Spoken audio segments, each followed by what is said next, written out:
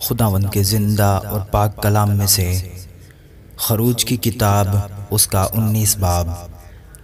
اور بنی اسرائیل کو جس دن ملک مصر سے نکلے 3 مہینے ہوئے، اسی دن وہ سینا کے بیابان میں آئے۔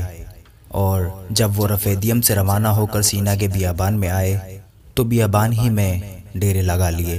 سو وہیں پہاڑ کے سامنے اسرائیلیوں کے ڈیرے لگے۔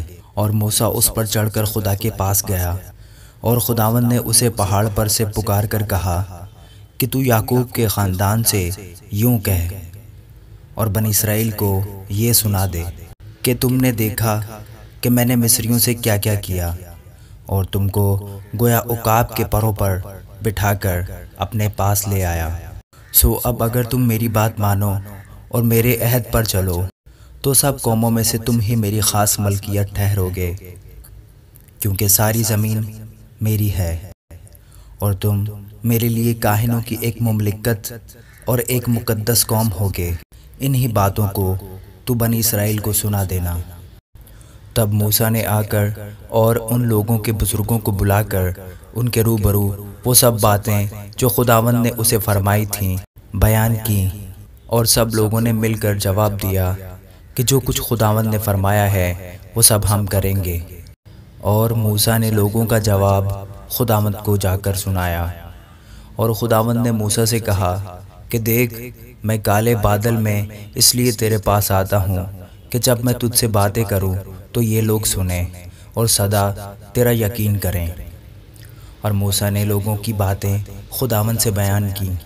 اور خداوند نے موسیٰ سے کہا کہ لوگوں کے پاس جا اور آج اور کل ان کو پاک کر، اور وہ اپنے کپڑے دھو لیں اور تیسرے دن تیار رہیں، کیونکہ خداوند تیسرے دن سب لوگوں کے دیکھتے دیکھتے کوہ سینا پر اترے گا۔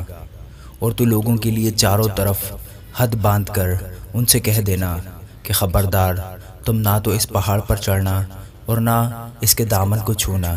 جو کوئی پہاڑ کو چھوئے ضرور جان سے مار ڈالا جائے، مگر اسے کوئی ہاتھ نہ لگائے، بلکہ وہ لا کلام سنسار کیا جائے یا تیر سے چھیدا جائے، خواہ وہ انسان ہو خواہ حیوان، وہ جیتا نہ چھوڑا جائے۔ اور جب نرسنگا دیر تک پھونکا جائے تو وہ سب پہاڑ کے پاس آ جائیں۔ تب موسیٰ پہاڑ پر سے اتر کر لوگوں کے پاس گیا، اور اس نے لوگوں کو پاک صاف کیا، اور انہوں نے اپنے کپڑے دھو لیے۔ اور اس نے لوگوں سے کہا کہ تیسرے دن تیار رہنا اور عورت کے نزدیک نہ جانا۔ جب تیسرا دن آیا تو صبح ہوتے ہی بادل گرجنے اور بجلی چمکنے لگی، اور پہاڑ پر کالی گھٹا چھا گئی، اور کرنا کی آواز بہت بلند ہوئی، اور سب لوگ ڈیروں میں کانپ گئے۔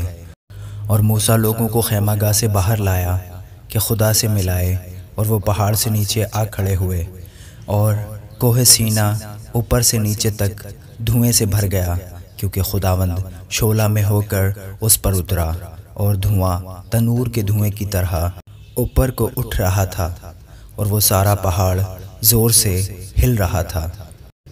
اور جب گرنا کی آواز نہایت ہی بلند ہوتی گئی تو موسیٰ بولنے لگا، اور خداوند نے آواز کے ذریعہ سے اسے جواب دیا۔ اور خداوند کوہ سینا کی چوٹی پر اترا، اور خداوند نے پہاڑ کی چوٹی پر موسیٰ کو بلایا، سو موسیٰ اوپر چڑھ گیا۔ اور خداوند نے موسیٰ سے کہا کہ نیچے اتر کر لوگوں کو تاکیداً سمجھا دے، تا ایسا نہ ہو کہ وہ دیکھنے کے لیے حدوں کو توڑ کر خداوند کے پاس آ جائیں، اور ان میں سے بتھیرے ہلاک ہو جائیں۔ اور کاہن بھی جو خداوند کے نزدیک آیا کرتے ہیں اپنے تئیں پاک کریں، کہیں ایسا نہ ہو کہ خداوند ان پر ٹوٹ پڑے۔ تب موسیٰ نے خداوند سے کہا کہ لوگ کوہ سینا پر نہیں چڑھ سکتے، کیونکہ تو نے تو ہم کو تاکیداً کہا ہے کہ پہاڑ کے چوگرد حد بندی کر کے اسے پاک رکھو۔ خداوند نے اسے کہا، نیچے اتر جا اور ہارون کو اپنے ساتھ لے کر اوپر آ، پر کاہن اور عوام حدیں توڑ کر خداوند کے پاس اوپر نہ آئیں، تا نہ ہو کہ وہ ان پر ٹوٹ پڑے۔